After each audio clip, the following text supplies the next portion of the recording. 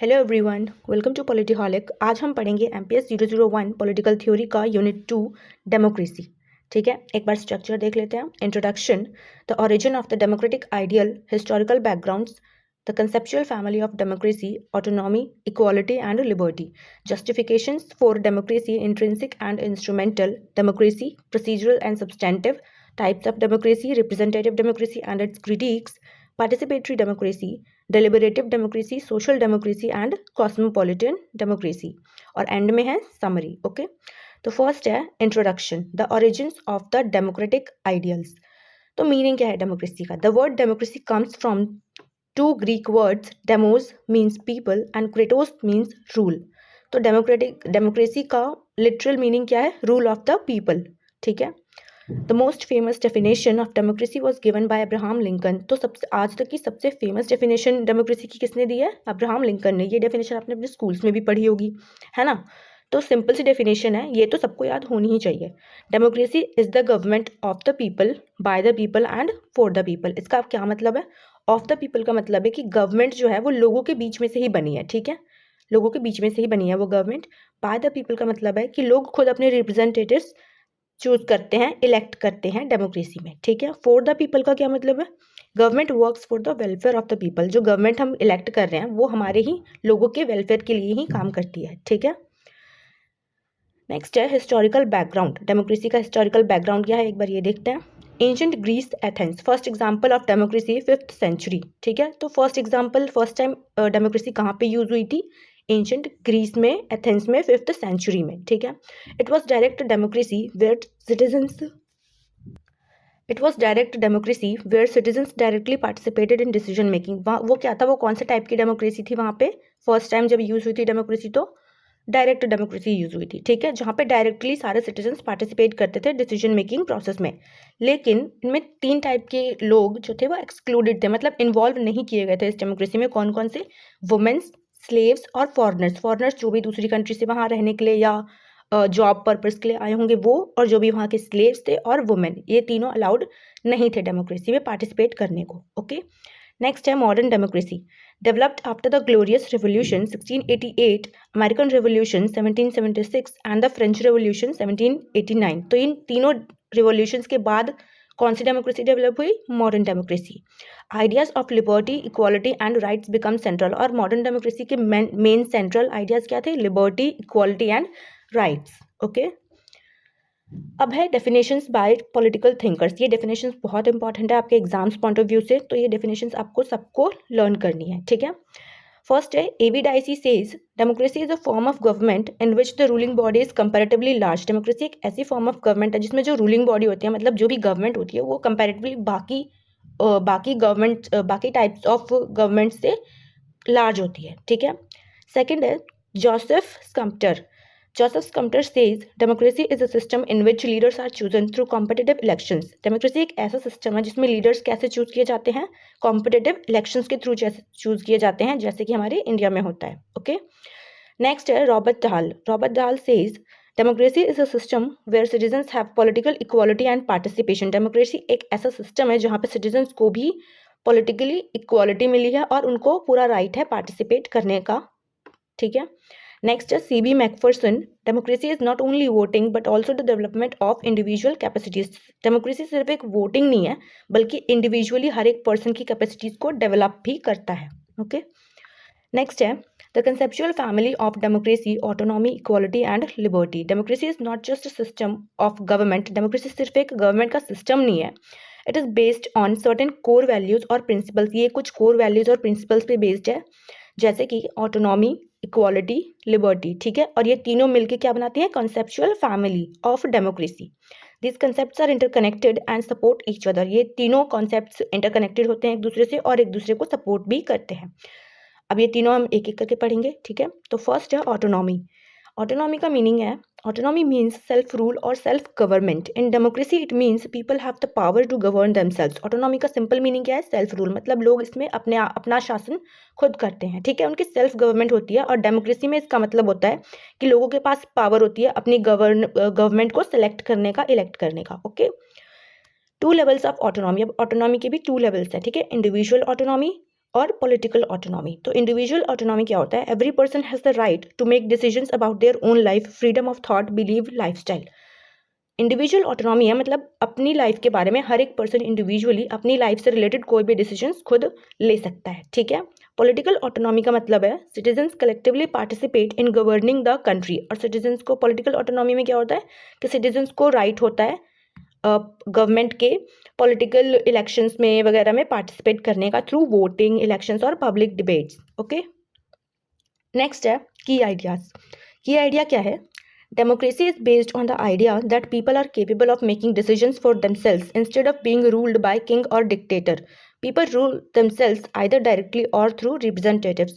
तो डेमोक्रेसी एक आइडिया पे बेस्ड है जिसमें लोग ना अपना शासन खुद करते हैं, अपने डिसीजंस खुद लेते हैं, भले ही वो डायरेक्टली ना करे, वहाँ पे कोई डायरेक्टली ना करे, भले ही वो रिप्रेजेंटेटिव्स के थ्रू करे, मतलब अपने रिप्रेजेंटेटिव्स इलेक्ट करे और वो रिप्रेजेंटेटिव्स लोगों के आइडियाज़ को, लोगों के डिमांड्स को पूरी करेंगे जब उनकी गवर्नमेंट बन जाएगी, तो है ना, वहाँ पे कोई किंग और डिक्टेटर नहीं होता है। ओके, अब है thinkers.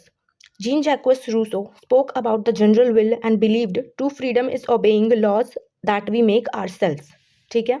J.S. Mill says supported individual autonomy and participation in political life. Without autonomy, democracy becomes meaningless because people would have no real control over the decisions. तो बिना ऑटोनॉमी के democracy का कोई मतलब नहीं रहेगा क्योंकि लोगों के पास अपनी डिसीजंस लेने का कोई राइट नहीं रहेगा अगर ऑटोनॉमी नहीं होगी तो, ठीक है। नेक्स्ट है equality.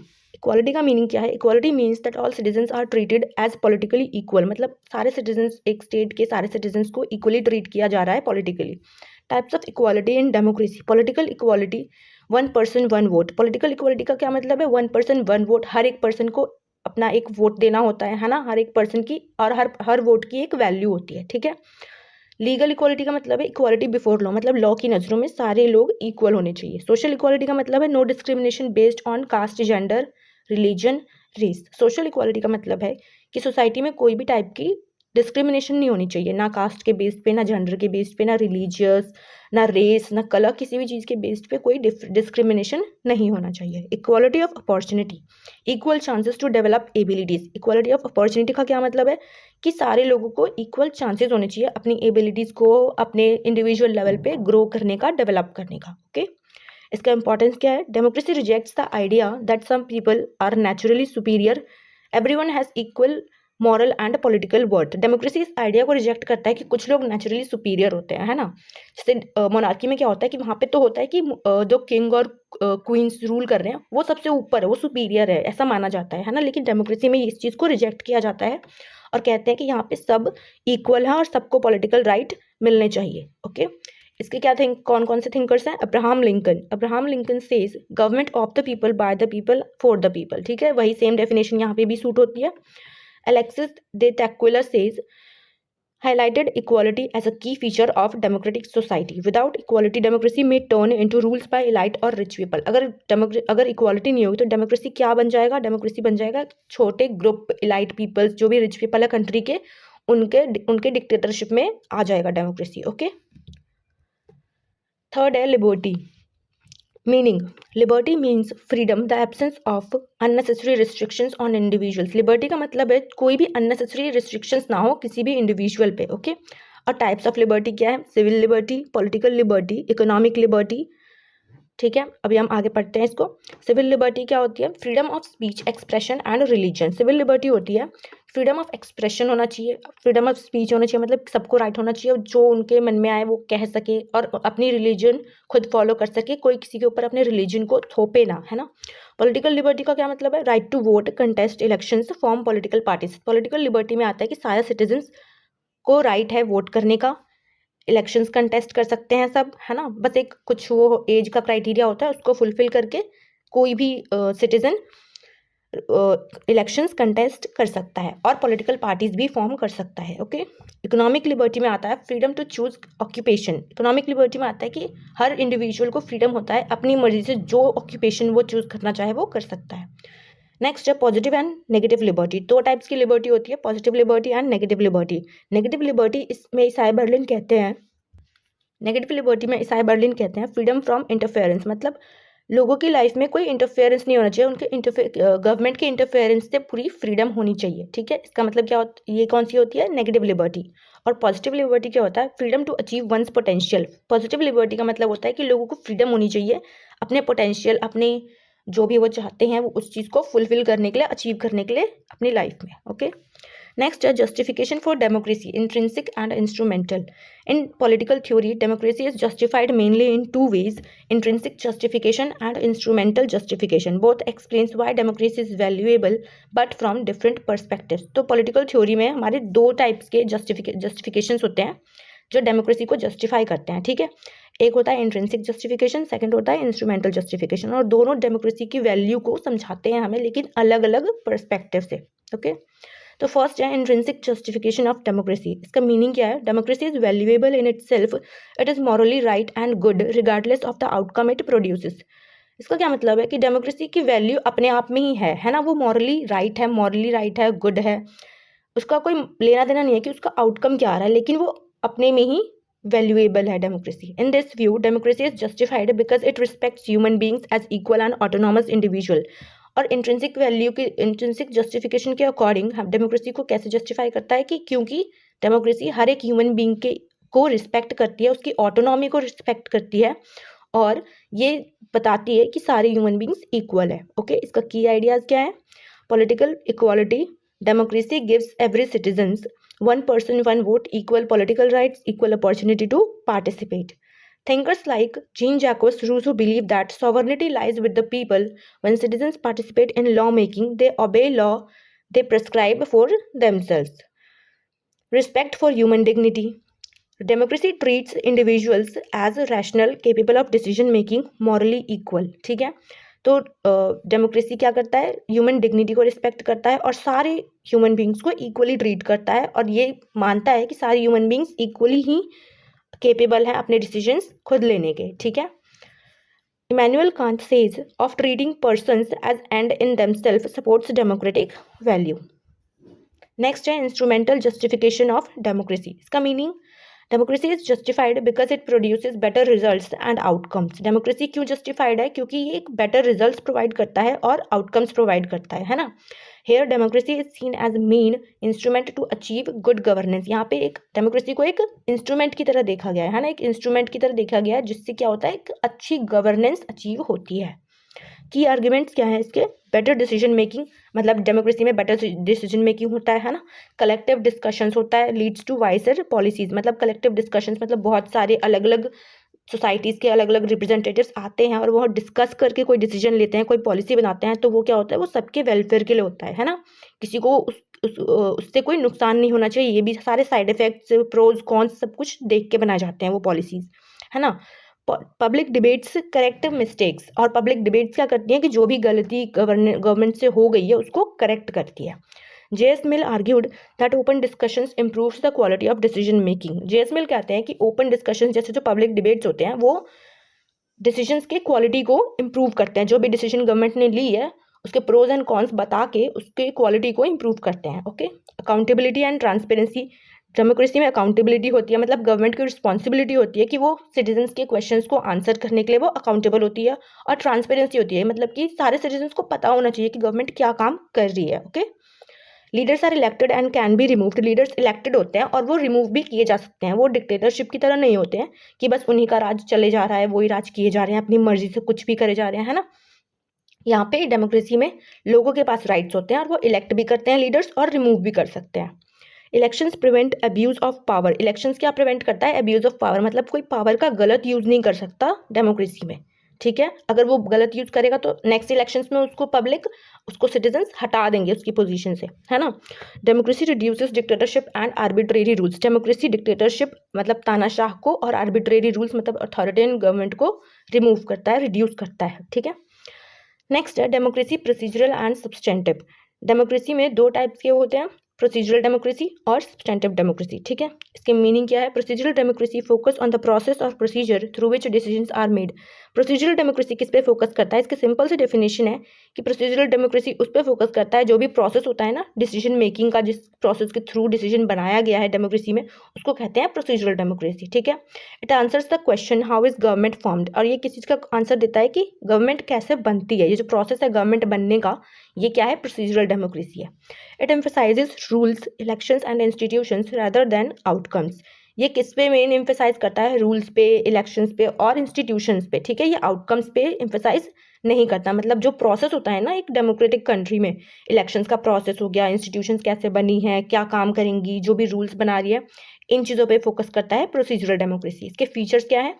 Regular free and fair elections कराता है। ठीक है, यूनिवर्सल एडल्ट फ्रेंचाइजी, मतलब हर एक पर्सन को universally one person one vote होता है। पॉलिटिकल कॉम्पिटिशन होता है।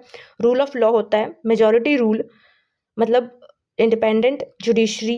ठीक है, इंडिपेंडेंट जुडिशरी इंडिपेंडेंट होती है, वो किसी भी दूसरी गवर्नमेंट बॉडी के अंदर नहीं आती है, इंडिपेंडेंट होती है। ठीक है, मल्टी पार्टी सिस्टम और मल्टी पार्टी सिस्टम्स होता है यहाँ पे। ओके, नेक्स्ट है सब्सटेंटिव डेमोक्रेसी। सब्सटेंटिव डेमोक्रेसी का मतलब है, substantive democracy focuses on the outcome and quality of democracy. तो सब्सटेंटिव डेमोक्रेसी की डेफिनेशन क्या है कि ये मेनली फोकस करता है डेमोक्रेसी के आउटकम और क्वालिटी पे। ठीक है, it answers does democracy actually ensure equality, justice and rights. और ये क्या आंसर करता है कि जो भी डेमोक्रेसी में काम हो रहा है ना, जो भी डिसीजंस लिए जा रहे हैं, वो इक्वालिटी को इंश्योर कर रहा है कि इक्वालिटी है या नहीं है सोसाइटी में, जस्टिस कर पा रहा है वो डिसीजंस, वो पॉलिसीज या नहीं, है ना, और सबको राइट्स होने चाहिए, ये चीज़ ये इंश्योर करता है। इट गोज बियॉन्ड इलेक्शंस, और सब्सटेंटिव डेमोक्रेसी ना इलेक्शंस के बियॉन्ड जाता है। इसके की फीचर्स क्या है? Social and economic equality, protection of minority rights, मतलब जो भी माइनॉरिटी है, कास्ट, रिलीजन्स, जो भी माइनॉरिटीज़ है उनके राइट्स को प्रोटेक्ट करता है। पॉवर्टी को रिड्यूस करता है, क्योंकि इक्वालिटी इन्हेंस करेगा, इक्वालिटी को इंश्योर करेगा तो पॉवर्टी तो रिड्यूस होगी ही। जेंडर जस्टिस को वो करता है। ह्यूमन राइट्स प्रोटेक्ट करता है। रियल पार्टिसिपेशन और वेलफेयर पॉलिसीज, मतलब ये ध्यान रखता है कि गवर्नमेंट लोगों के वेलफेयर के लिए ही काम कर रही है या नहीं कर रही। ठीक है, नेक्स्ट है टाइप्स ऑफ डेमोक्रेसी।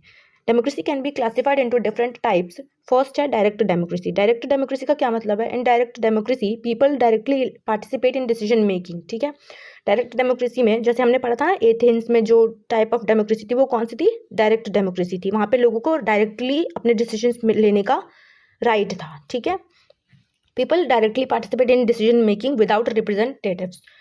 ठीक है, कोई रिप्रेजेंटेटिव्स नहीं होते इसमें, लोग डायरेक्टली पार्टिसिपेट करते हैं डिसीजन मेकिंग प्रोसेस में। इसके फीचर्स क्या हैं? Citizens vote on laws themself, citizens vote करते हैं लॉज पे अपने आप। ठीक है, नो इंटरमीडियरीज, कोई इंटरमीडियरीज नहीं होता, कोई बीच में वो नहीं होता, कोई एमएलए एमपीज कुछ नहीं होते हैं। ठीक है, और सुटेबल फॉर स्मॉल स्टेट्स, और ये डायरेक्ट डेमोक्रेसी ना छोटे स्टेट्स के लिए सुटेबल होती है ना। उस टाइम एथेंस में पॉपुलेशन बहुत कम होती थी, तो इसलिए वहाँ पे डायरेक्ट डेमोक्रेसी यूज होती थी। ठीक है, जैसे कि एग्जाम्पल क्या था इसका? बेस्ट एंशिएंट एथेंस और स्विट्जरलैंड। ठीक है, नेक्स्ट है इनडायरेक्ट डेमोक्रेसी। इनडायरेक्ट डेमोक्रेसी क्या होता है? रिप्रेजेंटेटिव डेमोक्रेसी, जो हमारे इंडिया में फॉलो किया जाता है ना। People elect representatives who make decisions on their behalf, लोग ऐसे रिप्रेजेंटेटिव्स को इलेक्ट करते हैं जो कि उनके बिहाफ पे, उनकी तरफ से डिसीजंस लेते हैं। ठीक है, उनके वेलफेयर के लिए। फीचर्स क्या है इसके? Elections at regular intervals.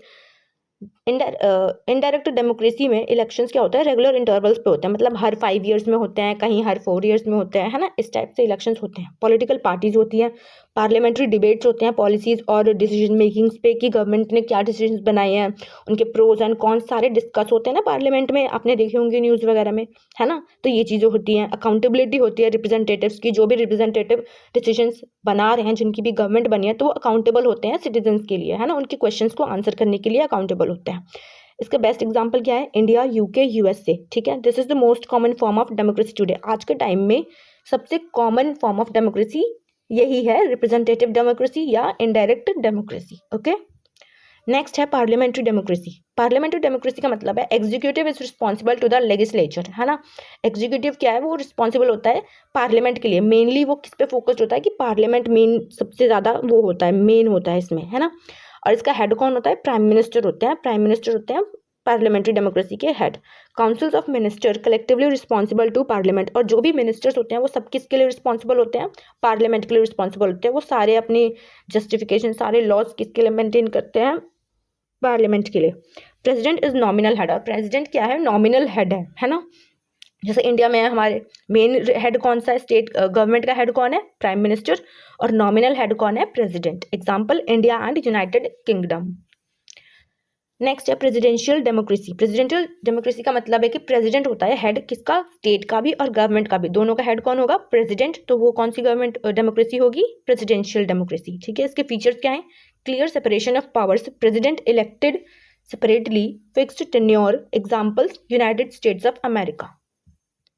Next है लिबरल डेमोक्रेसी। लिबरल डेमोक्रेसी का मतलब है democracy based on individual rights, rule of law and constitutionalism. Democracy किस पे बेस्ड है, इंडिविजुअल के राइट्स पे, हर एक पर्सन के राइट्स पे, रूल ऑफ लॉ पे, है ना, और कॉन्स्टिट्यूशनलिज्म पे, मतलब जो भी कॉन्स्टिट्यूशन बना है उसको फॉलो करके जो डेमोक्रेसी आती है वो होती है लिबरल डेमोक्रेसी। ओके, फीचर्स है fundamental rights, free and fair elections, independent judiciary, freedom of speech. इसके थिंकर्स हैं John Locke, government based on consent. John Locke कहते हैं गवर्नमेंट किस पे बेस्ड होनी चाहिए, लोगों के कंसेंट पे बेस्ड होनी चाहिए। Okay, JS mill says importance of liberty and participation. यहाँ पे क्या है लिबरल डेमोक्रेसी में, लिबर्टी और पार्टिसिपेशन की इंपॉर्टेंस है। Social democracy meaning democracy combined with social and economic equality. Democracy जो सोशल और इकोनॉमिक इक्वालिटी से कनेक्टेड होती है, कंबाइंड होती है, वो क्या होती है, सोशल डेमोक्रेसी। ये किस लिए क्या काम करती है, ये वेलफेयर ऑफ स्टेट, मतलब लोगों की भलाई के लिए काम करती है ना। ये रिडक्शन ऑफ इनइक्वालिटी, और इनइक्वालिटी को रिड्यूस करती है। स्टेट इंटरवेंशन इन इकोनॉमी, ठीक है, और स्टेट इंटरवेंशन को भी ये रोकती है इकोनॉमी में। इसका क्या बेस्ट एग्जाम्पल है, Scandinavian countries like Sweden and Norway. At last है summary.